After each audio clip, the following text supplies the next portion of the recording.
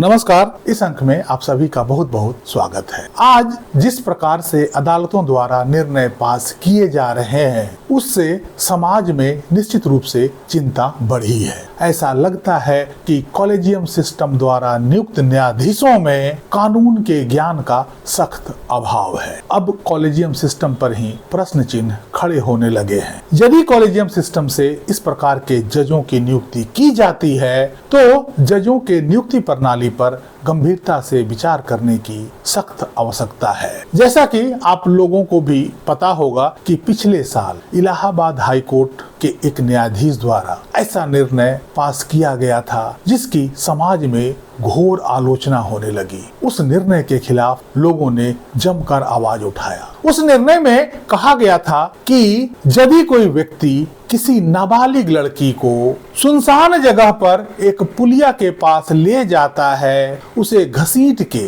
पुलिया के नीचे ले जाता है, उसके स्तन को दबाता है, उसके पैजामे के नाड़े को तोड़ता है, बावजूद इसके वो अटेम्प्ट टू रेप नहीं माना जाएगा। यह महज एक तैयारी माना जाएगा। इस निर्णय के आने के बाद इस निर्णय का पुरजोर विरोध होने लगा। सुप्रीम कोर्ट ने स्वतः संज्ञान लेते हुए इस निर्णय पर रोक लगाया और देश के हाई कोर्ट के सभी न्यायाधीशों को इस संबंध में एक गाइडलाइन जारी किया गया। लेकिन उस गाइडलाइन का भी कोई प्रभाव देखने को नहीं मिला। कोई भी न्यायाधीश उस गाइडलाइन का अनुसरण करते नहीं देखा जा रहा है। उस गाइडलाइन का कोई प्रभाव न्यायाधीशों पर नहीं पड़ा। अभी हाल ही में पटना हाई कोर्ट के एक न्यायाधीश द्वारा इसी प्रकार का एक और निर्णय दे दिया गया। एक पिता अपनी बच्ची को फोटो स्टूडियो ले जाता है उस बच्ची का फोटो खिंचवाने। फोटो स्टूडियो का मालिक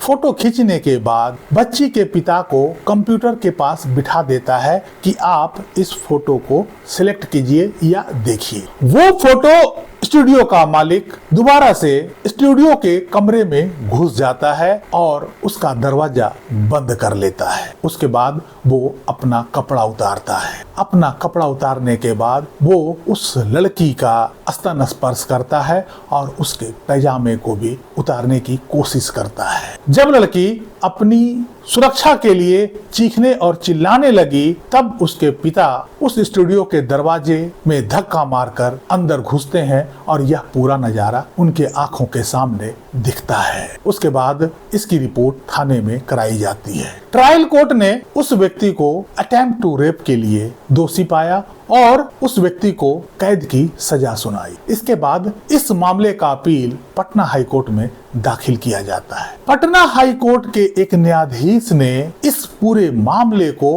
अटेम्प्ट टू रेप नहीं माना। पटना हाई कोर्ट के न्यायाधीश का कहना था यह सिंपल किसी महिला के मोडेस्टी को भंग करना है, इसे अटेम्प्ट टू रेप नहीं माना जा सकता है। अब जरा सोचिए कि उस न्यायाधीश की मानसिकता कैसी है। आखिर अटेम्प्ट टू रेप क्या होता है? कोई व्यक्ति किसी लड़की को एक कमरे में ले जाता है, अंदर से कुंडी बंद करता है और अपने कपड़े उतारता है, फिर लड़की के कपड़े उतारने की कोशिश करता है। इसके बावजूद वो अटेम्प्ट टू रेप नहीं है तो क्या है? अब ऐसे जजों की मानसिकता को आप क्या कह सकते हैं? हाई कोर्ट के न्यायाधीश महोदय का कहना है कि यह केवल 354 आईपीसी का मामला बनता है, ना कि अटेम्प्ट टू रेप का। इतना ही नहीं, इस निर्णय में यह कहा गया कि चूंकि यह अटेम्प्ट टू रेप का केस नहीं है, यह केवल 354 आईपीसी का मामला है और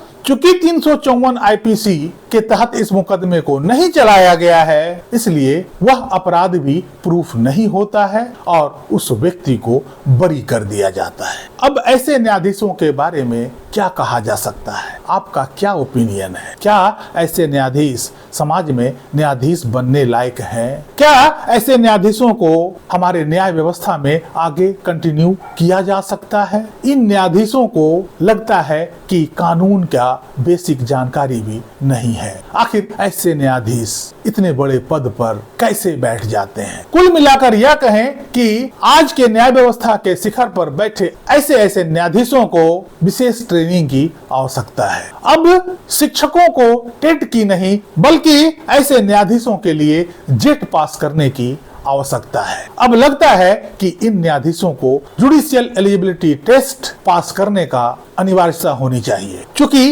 एक निर्णय से पूरे समाज पर बहुत बड़ा प्रभाव पड़ता है और यदि ऐसे ऐसे गलत निर्णय पास होते रहे तो सोचिए कि समाज पर इसका क्या असर पड़ेगा। सुप्रीम कोर्ट को जब इस निर्णय का पता चला तो सुप्रीम कोर्ट ने दोबारा से सभी न्यायाधीशों को उस गाइडलाइन को सख्ती से फॉलो करने का आदेश सुनाया जिसे पिछले साल उन्होंने जारी किया था। आप सभी श्रोताओं से मेरा अनुरोध है कि इस संबंध में आप अपना एक्सपर्ट कमेंट अवश्य लिखें। क्या आपको नहीं लगता है कि अब शिक्षकों को नहीं बल्कि ऐसे जजों को जुडिशियल एलिजिबिलिटी टेस्ट पास करने की सख्त आवश्यकता है? इस अंक में यहीं तक। कैसी लगी जानकारी कमेंट करके जरूर बताइएगा। वीडियो को लाइक कीजिएगा, चैनल को सब्सक्राइब कीजिएगा। मिलते हैं अगले अंक में, तब तक के लिए जय हिंद, वंदे मातरम।